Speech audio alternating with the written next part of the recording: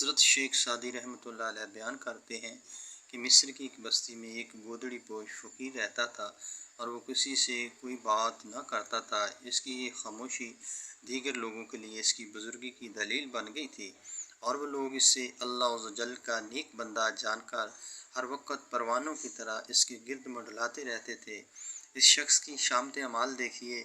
ایک دن اس کے دل میں خیال آیا کہ یہ جو اتنی مخلوق میرے گرد جمع ہوتی ہے یہ سب میرے صاحب کمال ہونے کی وجہ سے ہے اور مجھے چاہیے کہ میں ان سب پر اپنے کمال ظاہر کروں۔ اگر میں اس طرح خاموش رہا تو یہ لوگ کیسے جان سکیں گے کہ میں کتنا عالی مرتبت بزرگ ہوں۔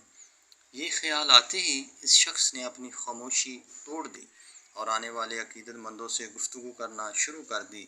اگر وہ واقعی میں صاحب کمال ہوتا تو اس کی حکمت و دانائی کی باتوں سے لوگوں کے دلوں میں اس کے لیے عقیدت زیادہ ہو جاتی، لیکن وہ جاہل تھا۔ اس لیے جب اس نے لوگوں سے الٹی سیدھی باتیں کیں تو لوگ اس سے متنفر ہونا شروع ہو گئے اور اس کے پاس آنا چھوڑ دیا اور لوگوں کی اس سے عقیدت ختم ہو گئی۔ حضرت شیخ سعدی رحمۃ اللہ علیہ یہ واقعہ بیان کرنے کے بعد فرماتے ہیں کہ اے عقل مند، خاموشی تیرے لیے باعث عزت ہے اور یہ ایسا وصف ہے جو تیری جہالت کو چھپاتا ہے۔ بس تجھ پر لازم ہے کہ تو بغیر ضرورت کے اور بغیر سوچے سمجھے گفتگو نہ کرے کہ تیرے عیوب دوسروں پر ظاہر ہوں۔